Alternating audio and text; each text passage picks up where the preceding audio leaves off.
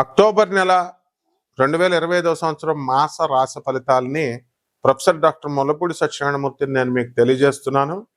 ముందుగా మనకి ఏ ఏ గ్రహాలు ఈ అక్టోబర్ నెలలో ఏ ఏ స్థానాల్లో ఉన్నాయో మనం తెలుసుకుందాం. ఏ ఏ రాసుల్లో మనకి అందరికీ తెలిసిందే, శని మీనరాశి, రాహువు కుంభరాశి, కేతువు సింహరాశి, గురుడు మరి అక్టోబర్ నెలలో 18వ తేదీన కర్కాటక రాశిలోకి ప్రవేశం చేస్తున్నాడు. అయితే అదేవిధంగా రవి అక్టోబర్ 17వ తేదీన తులారాశిలోకి నీచపట్టి ప్రవేశం చేస్తున్నాడు.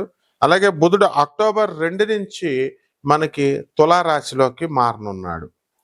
అయితే ఈ యొక్క శుక్రుడు 9 అక్టోబర్ తేదీన మనకి కన్యా రాశిలోకి ప్రవేశిస్తున్నాడు. అలాగే ఈ యొక్క బుధుడు అక్టోబర్ 24వ తేదీన మనకి వృశ్చిక రాశిలోకి మారతాడనమాట. కుజుడేమో మళ్ళీ అక్టోబర్ 27వ తేదీన వృశ్చిక రాశిలోకి వస్తాడు. ఇది ఈ యొక్క నెలలో ఉండేటటువంటి గ్రహ స్థితిగతులు.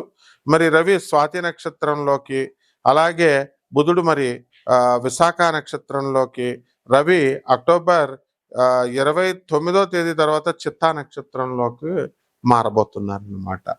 ఈ విధంగా జరగడం వల్ల మొత్తం 12 రాశుల వారికి అనేకమైనటువంటి మార్పులు జరుగుతాయి. కాబట్టి 12 రాశుల్లో కొన్నిటికి శుభ ఫలితాలు ఇస్తే కొన్నిటికి అడ్వర్స్ ఎఫెక్ట్స్ ఇస్తాయి. ముఖ్యంగా మనం వరల్డ్ నెంబర్ 1 ఆస్ట్రాలజర్ కాబట్టి చాలా మంది ఈ మధ్యకాలంలో నా పేరు కొడితే వేరే జ్యోతిషాలయాలు రావడం, అలాగే మా ఫోన్ నెంబర్ కొడితే వేరే జ్యోతిషాలయాలకు లింక్ చేసి పెట్టుకున్నారు. కాబట్టి అవన్నీ మనం పోలీస్ కంప్లైంట్ ఇస్తే 1 నిమిషంలో తీసేస్తారు, కానీ ఎందుకులే తోటి వాళ్ళు అని చెప్పి వదిలేస్తాం అనమాట. ఈ విషయంలో ప్రేక్షకులు మీరు జాగ్రత్తగా ఉండండి. మనకి స్క్రోల్ అయ్యేటటువంటి యుఎస్ఏ నెంబరు, ఇండియా నెంబర్ మాత్రమే మనదనమాట.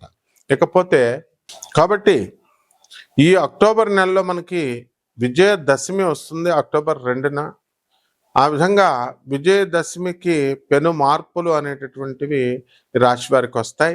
ఈ రవి మరి నేచపట్టి మనకి ఈ సింహరాశిలోకి రావడం వల్ల, ఈ యొక్క తులారాశిలోకి రావడం వల్ల ప్రతి ఒక్కళ్ళకి కూడా అనవసరమైనటువంటి ఇగో స్టేట్లకి మరి వెళ్ళి అందరూ కూడా భార్యాభర్తలు, తర్వాత ఉద్యోగాలు చేసే చోట కూడా మీ బాసులతోనూ మాట పట్టింపులు అనేటటువంటివి మీకు కోరుకోకుండా ఈ నెలలో చాలామంది రాశుల వారికి రావడానికి అవకాశాలు ఉన్నాయన్నమాట. అలాగే ఈ యొక్క బుధాదిత్య యోగము మీకు పట్టబోతోంది. కాబట్టి స్వల్పమైనటువంటి బుధాదిత్య యోగాల వల్ల కొంతమందికి ప్రమోషన్స్ రావడానికి అవకాశాలు ఉన్నాయి. అలాగే మరి కొంతమందికి చక్కగా పెరాలసిస్ ఇలాంటి వ్యాధులు వచ్చినటువంటి వాళ్ళందరికీ కూడా ముఖం పట్టడానికి అవకాశాలు ఉన్నాయి. అదేవిధంగా ఈ యొక్క కుజుడు మనకి అక్టోబర్ 27వ తేదీన స్వక్షత్రగతుడు అయ్యేంత వరకు కూడా భార్యాభర్తల మధ్య ఉన్నటువంటి పట్టుదలలు ఏవైతే ఉన్నాయో అటువంటి వాళ్ళందరికీ కూడా పెరిగిపోతాయి అన్నమాట కొన్ని రాశుల వారికి. ఆ విధంగా మా కాపురాలకి పాడు చేసుకోవడము, ఎంత చెప్పినా సరే, పెద్ద మనుషులు చెప్పినా, పోలీస్ ఆఫీసర్లు చెప్పినా, జడ్జెస్ చెప్పినా వినకపోవడము, ఇలాంటివన్నీ కూడా చేసుకుంటారు. సొంతంగా చేతులతో మీరు విడిపోయి, అలాగే భార్య భర్తలు ఇద్దరు కూడా విడిగా ఉంటూ మరి పిల్లల్ని ఎడబాటుకు గురిచేసి తల్లి దగ్గర పెట్టుకుని మళ్ళీ స్కూల్ ఫీజులు, కాలేజ్ ఫీజులు భర్త కడుతూ ఇలా అస్తవ్యస్తంగా ఈ యొక్క గ్రహ సంపుటి వలన కొన్ని కుటుంబాల్లో జరగడానికి అవకాశాలు ఉన్నాయి. మరికొంత కుటుంబంలో మరి ప్రేమ వివాహాల పేరుతో తల్లిదండ్రులు చెప్పిన మాట వినకుండా మీరు సొంత కవిత్వాలు చేసుకుంటూ అనుభవం లేకుండా ఉద్యోగాలు సద్యోగాల మీద దృష్టి పెట్టకుండా తల్లిదండ్రులకు బాధను చేకూరుస్తూ ఆడపిల్లలు చాలామంది ఎలూప్మెంట్ వెళ్ళిపోవడానికి, లవ్ మ్యారేజ్లు చేసుకునేటటువంటి అవకాశాలు ఉన్నాయి, జరిగినాయి కూడా. పాప తల్లిదండ్రులు ఎంతో బాధపడుతూ మనకు ఫోన్ చేయడం జరిగింది. అలాగే నాన్ కమర్షియల్ ఆస్పెక్ట్తో మనం జాతకాలు అనేటటువంటివి చూస్తాము. మనము మరి 300 ఆశ్రమాలకు పైగా భారతదేశంలోను, 180 దేశాలకు పైగా మనం విదేశాల్లోనూ మన ఆనంద్ మార్గ సంస్థలకు ఇంటర్నేషనల్ కోఆర్డినేటర్గా మరి నేనున్నాను. కాబట్టి మనకి అందరినీ కూడా ధర్మ మార్గము, ధర్మగురువు కాబట్టి ప్రభాత్ రంజన్ సర్కార్ గారు మీరందరూ కూడా ధర్మ మార్గంలో వెళ్ళాలి అనేటటువంటి ఉద్దేశంతో మీరు మా ఆ సాధువులకి, అనాథ పిల్లలకి, తర్వాత ఈ యొక్క వికలాంగులకి, పేదవారికి సహాయం చేసుకోమని పదే పదే మనం చెప్పడం జరుగుతోందనమాట. అయితే ఈ యొక్క రాశి వారికి అందరికి కూడా 12 రాశుల వారికి కూడా యాక్సిడెంట్లు అవడానికి కొన్ని రాశుల వారికి అవకాశాలు ఉన్నాయి. అదేవిధంగా శుక్రుడు మరి మిత్రక్షేత్రంలో కన్యా రాశిలోకి 9 అక్టోబర్ నుంచి ఉండడం ద్వారా మీ అందరికీ ఏం జరుగుతుందంటే మీకు ఈ యొక్క గొడవలు జరుగుతున్నప్పటికీ కూడా అత్తగారులు భార్యాభర్తల మధ్య అవి కొంత ఉపశమనం జరగడానికి అవకాశాలు ఉన్నాయి. అదేవిధంగా ఈ యొక్క గురుడు మరి అక్టోబర్ 18వ తేదీ తర్వాత బ్రహ్మాండమైనటువంటి శుభ ఫలితాలను మీకు ఇవ్వడానికి అవకాశాలు ఎక్కువగా ఉంటాయి. మరి కొంతమంది రాశి వారికి చాలా నిర్వీర్యంగా, నిస్తేజంగా జీవితం అనేటటువంటిది బాగా ఉంటుందన్నమాట, నిరాశగా. అయితే మరి ఆడపడుచులు ఉన్నటువంటి వాళ్ళు ఉంటారు. వాళ్ళందరూ కూడా మరి 15 రోజులకు ఒకసారి అలా వీళ్ళకి ఇళ్ళకి మీ యొక్క తమ్ముడు గారి ఇల్లు అని చెప్పి, తల్లి ఎప్పుడో చచ్చిపోయింది, తండ్రి ఎప్పుడో చచ్చిపోయాడు, ఇంకా మీకు మా తాతగారి ఇల్లు అని చెప్పి మీ పిల్లలంతా వాళ్ళ ఇళ్ళకి వెళ్ళడము, మీ మామయ్య వాళ్ళ ఇళ్ళకి వెళ్ళడము, వాళ్ళ భార్య మీ మేనత్త ఎందుకు ఊరుకుంటుందండి, ఆ అమ్మాయి కూడా పెద్దవాళ్ళు అయిపోవడము, ఆడవాళ్ళు వాళ్ళ ఇళ్ళకి వెళ్తే మరి పెద్ద అయిపోయిన తర్వాత ఈ బావలు మరదళ్ళ ఇళ్ళకి వెళ్ళడం అంత బాగుండదు అనమాట. కాబట్టి ఈ రీత్యా భార్య చెప్పినప్పటికీ కూడా భర్తలు వినకుండా మొండికేయడము, ఆ తర్వాత భర్తలు ఎవరి స్వార్థం కోసం వాళ్ళు శనివారాలు ఆదివారాలు వచ్చేసరికి తాగడానికి వెళ్ళిపోవడము. మరి మీ సినిమాలు మీ సుఖాలు మీరు చూసుకుంటే భార్యలేమో భర్తలంతా ఇలాగే ఉంటారా మగవాళ్ళంతా అనేటటువంటి విధానంలో ఉంటూ ఆలోచన సరళి ఈ గ్రహ సంపుటి వల్ల వస్తుందన్నమాట. అలాగే దూర ప్రయాణాలు చేసేటటువంటి అవకాశాలు ఉన్నాయి.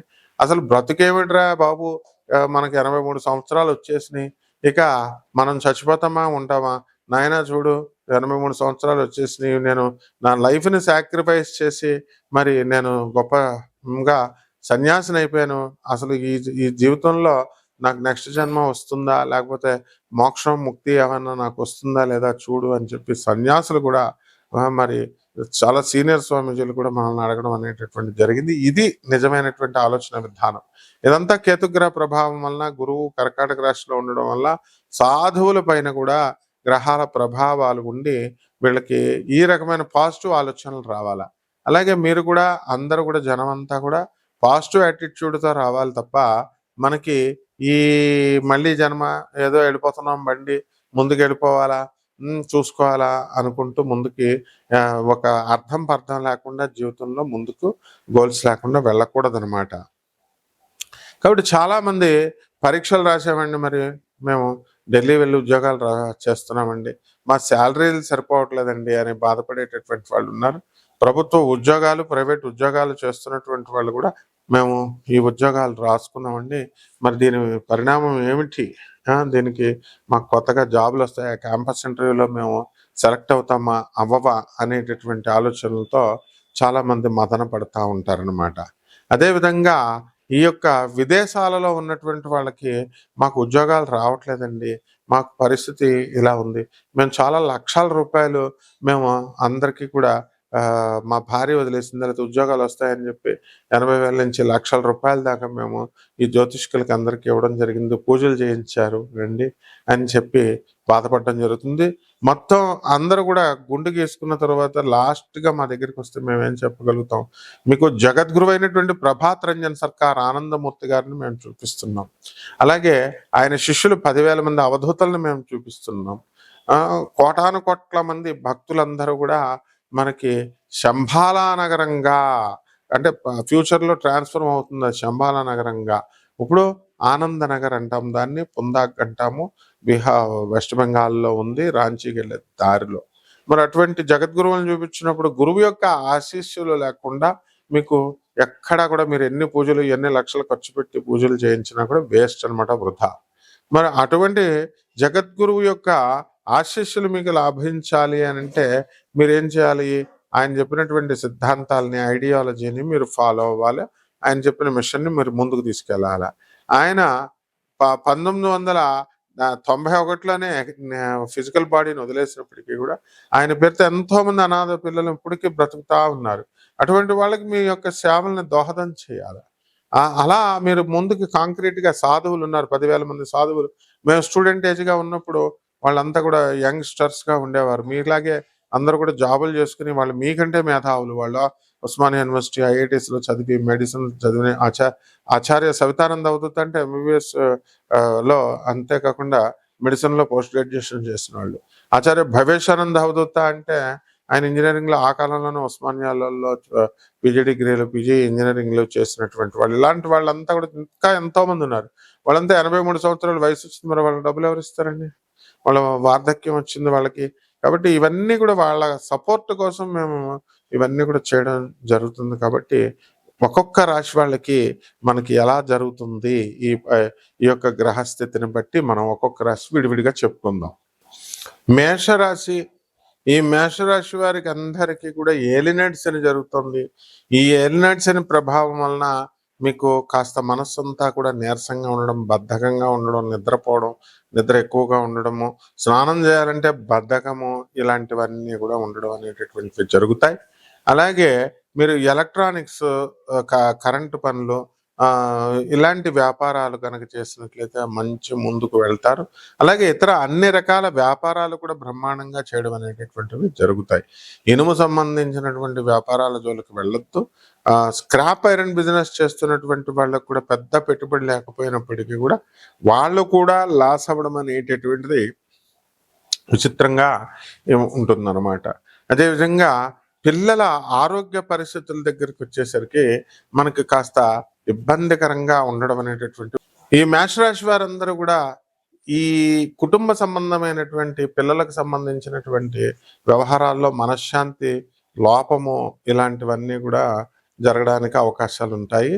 అలాగే అక్టోబర్ 18 తర్వాత గురుడు మనకి కర్కాటక రాశి ప్రవేశం చేయడం వల్ల కుటుంబంలో ఉన్నటువంటి కొన్ని గొడవలు ఇవన్నీ కూడా ఉపశమనం పొందడానికి, అలాగే తల్లి యొక్క ఆరోగ్య పరిస్థితి ఇంప్రూవ్ అవ్వడానికి ఎక్కువ అవకాశాలు ఉంటాయి. అర్ధాష్టమ గురుడుగా పరిగణిస్తాం కాబట్టి మనకి పనులు కొంచెం ఆలస్యంగా, ప్రతి పని లేటుగా వెళ్ళడం అనేటటువంటివి జరుగుతాయి. అలాగే అప్పులు కూడా బ్రహ్మాండంగా అడిగిన తర్వాత మనకి ఇవ్వను అనకుండా అప్పులు పుట్టడము, దాంతో మనం ఇల్లులు కట్టడము, లేదా వ్యాపారాలు బాగా చేయడము, ఇలాంటివన్నీ కూడా మనం చేసుకోవచ్చు అనమాట. కాబట్టి ఈ రాశి వారికి అందరికీ కూడా ఆరోగ్యానికి సంబంధించి కాస్త జాగ్రత్త పడాలా.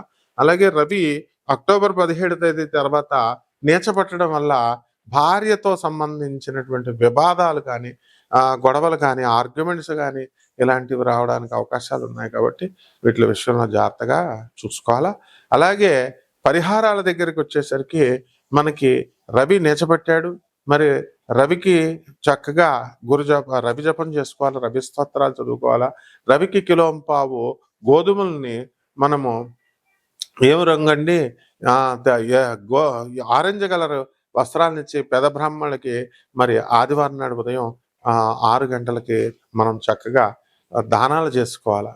అదే రకంగా మనము వీళ్ళందరికీ కూడా ఈ రవికి మనకి జిల్లేడు పువ్వులతో మరి సూర్యనారాయణ మూర్తి పూజ చేసుకోవడము, ఆదివారం నాడు నాన్ వెజిటేరియన్ ఫుడ్ ఇలాంటివి తీసుకోకుండా సూర్యుడి కంటే కూడా ముందుగా లేవడానికి ప్రయత్నించాలి. ఎవరైతే వృద్ధులు ఉన్నారో, మరి ఎవరైతే చిన్నపిల్లలు ఉన్నారో అటువంటి వాళ్ళకి ఎగ్జంప్షన్ ఉంటుంది, వాళ్ళు కొంచెం ఆలస్యంగా లేచినప్పటికీ పర్లేదు. అలాగే ఆరోగ్యం బాగాలేనటువంటి వాళ్ళు కూడా కొంచెం ఆలస్యంగా ఉన్నా పర్వాలేదు. ఈ రకంగా మనము సాంప్రదాయానుసారంగా మనము ఈ యొక్క రవిని శాంతపరుచుకున్నప్పుడు అద్భుతంగా మనకి ఈ రాశి వారికి ఉంటుంది ఈ నెలంతా కూడా. కాబట్టి జాగ్రత్తగా చేసుకోండి. నాన్ వెజిటేరియన్ ఫుడ్ అది తినకుండా జాగ్రత్తగా కుక్కలకి ఈ యొక్క గోధుమ రొట్టెలు పెడుతూ ఉంటారు చాలామంది. కుక్కలకే పెట్టాలని ఏం లేదు, పేదవాళ్ళందరికీ కూడా చపాతీలు, గోధుమ రొట్టెలు ఇవన్నీ పెట్టడం చేసుకోవచ్చు మనం. శుభమస్తు.